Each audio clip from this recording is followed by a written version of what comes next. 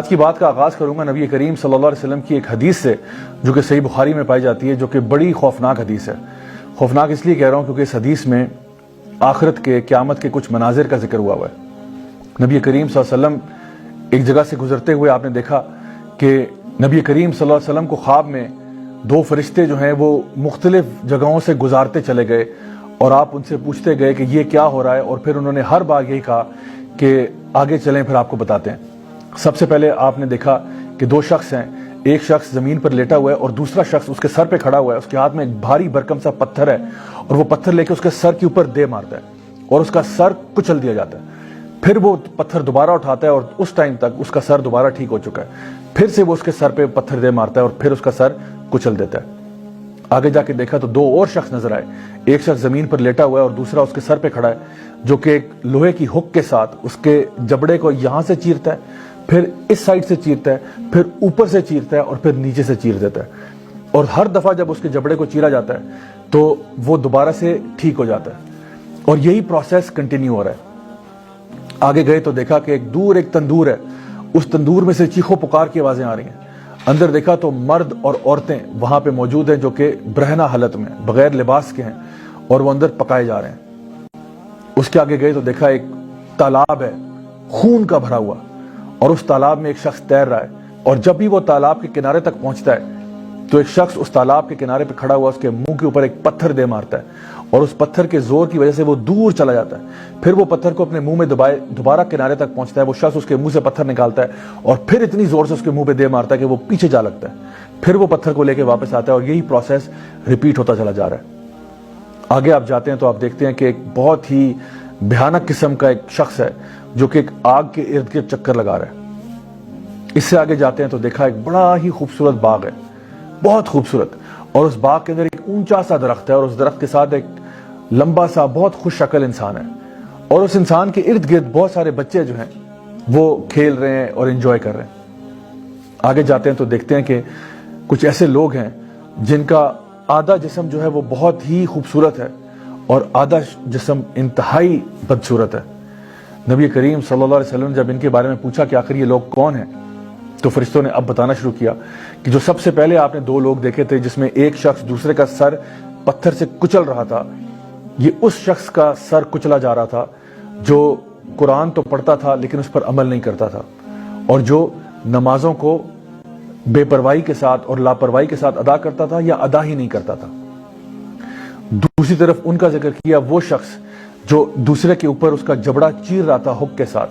یہ بتایا یہ اس شخص کا منہ چیرا جا رہا ہے جو دنیا میں جھوٹ بولتا تھا، اور اتنا جھوٹ بولتا تھا کہ اس کا جھوٹ پوری دنیا میں پھیل جاتا تھا۔ آج سوشل میڈیا کے ذریعے ہم یہ بات اچھی طرح جانتے ہیں کہ جھوٹ کتنی جلدی سے پوری دنیا میں پھیل سکتا ہے۔ پھر ان کا جب سوال کیا کہ وہ لوگ جو کہ تندور میں تھے برہنہ حالت میں، یہ لوگ آخر کون تھے، تو بتایا گیا یہ دنیا کے وہ لوگ ہیں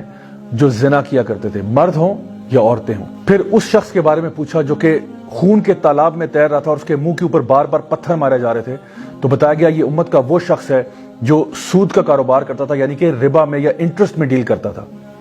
پھر ان کا پوچھا گیا وہ شخص جو کہ ایک بھیانک قسم کا انسان ہے جو کہ آگ کے ارد گرد چکر لگا رہا ہے، تو بتایا گیا کہ یہ جو ہے اصل میں جہنم کا داروغہ ہے، مالک، دا گیٹ کیپر آف ہیل۔ پھر پوچھا ان شخص کا وہ جو بہت خوش شکل تھے، ایک اونچے سے درخت کے ساتھ کھڑے ہوئے تھے اور ان کے ارد گرد بہت سارے بچے بھاگ دوڑ رہے تھے، تو بتایا گیا کہ یہ اصل میں ابراہیم علیہ السلام ہے، اور ان کے ارد گرد وہ سارے بچے ہیں جو کہ بالغ ہونے سے پہلے ہی فوت ہو گئے، یعنی کہ فطرت کے اوپر فوت ہو گئے۔ پھر آگے جا کے وہ لوگ جو کہ آدھے خوبصورت ہیں اور آدھے خوبصورت نہیں ہیں، یہ وہ لوگ ہیں جو دنیا میں اچھے کام بھی کرتے تھے اور اسی کے برابر برے کام بھی کرتے تھے۔ تو پھر ان لوگوں کو کہا جائے گا کہ حوض کوثر میں جا کے ڈوب کے ایک دفعہ آ جائیں، اور پھر جب وہ وہاں سے آئیں گے تو پھر ان کے پورے جسم جو ہے وہ صاف ستھرے ہو چکے ہوں گے اور وہ خوش شکل ہو جائیں گے۔ مائی ڈیئر برادرز سسٹرز، یہ حدیث میں نے آپ کو اس لیے سنائی ہے تاکہ ہمیں سمجھ میں آ جائے کہ جو بھی ہم دنیا میں اعمال کر رہے ہوتے ہیں، ایسا نہیں ہوتا کہ ان کا کوئی حساب کتاب نہیں ہوگا۔ جس قسم کا عمل انسان نے دنیا میں کیا ہوتا ہے، ہو سکتا ہے کہ اس کی سزا اس کو دنیا میں مل جائے، اور ہو سکتا ہے کہ دنیا کے علاوہ آخرت میں بھی مل جائے، تو اس لیے گناہوں سے بچنا ہی ضروری ہے۔ اللہ سبحانہ تعالیٰ فرماتے ہیں قرآن مجید میں سورہ طلاق سورہ نمبر 65 آیت نمبر 2 اور 3 میں وَمَن يَتَّقِ اللَّهَ يَجْعَل لَّهُ مَخْرَجًا وَيَرْزُقْهُ مِنْ حَيْثُ لَا يَحْتَسِبُ وَمَن يَتَوَكَّلْ عَلَى اللَّهِ فَهُوَ حَسْبُهُ، کہ جو شخص بھی اللہ کا تقوی اختیار کرے گا، یعنی گناہوں کو چھوڑ دے گا اللہ تعالیٰ اس کو ہر مشکل سے باہر نکالے گا اور پھر اس کو رزق عطا فرمائے گا وہاں سے جہاں سے اس نے سوچا بھی نہیں ہوگا. اور جو لوگ اللہ پر توکل کرتے ہیں اللہ ان کے لیے کافی ہو جاتا ہے.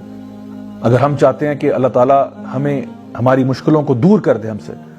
تو اس کے لیے ہمیں گناہوں کو چھوڑنا ہوگا اور تقویٰ کی زندگی کو اختیار کرنا ہوگا. My dear brothers and sisters, اکثر لوگ جب گناہوں کو چھوڑنے کی بات آتی ہے تو وہ کہتے ہیں نہیں جی ہمارے گناہ تو چل رہے ہیں لیکن ساتھ ساتھ ہم نیکیاں بھی بہت کرتے ہیں. تو اس کی مثال ایسے ہی ہے کہ انسان کمرے میں اے سی لگا دے اور ساری کھڑکیاں کھول دے. تو ایک طرف تو آپ نے استغفار کی ہوئی ہے لیکن آپ گناہ چھوڑنے کے موڈ میں ہی نہیں ہیں. ایک انسان ہر سال حج بھی کرتا ہے, عمرہ کرتا ہے, صدقہ بھی کرتا ہے, لیکن حرام بزنس بند نہیں کر رہا,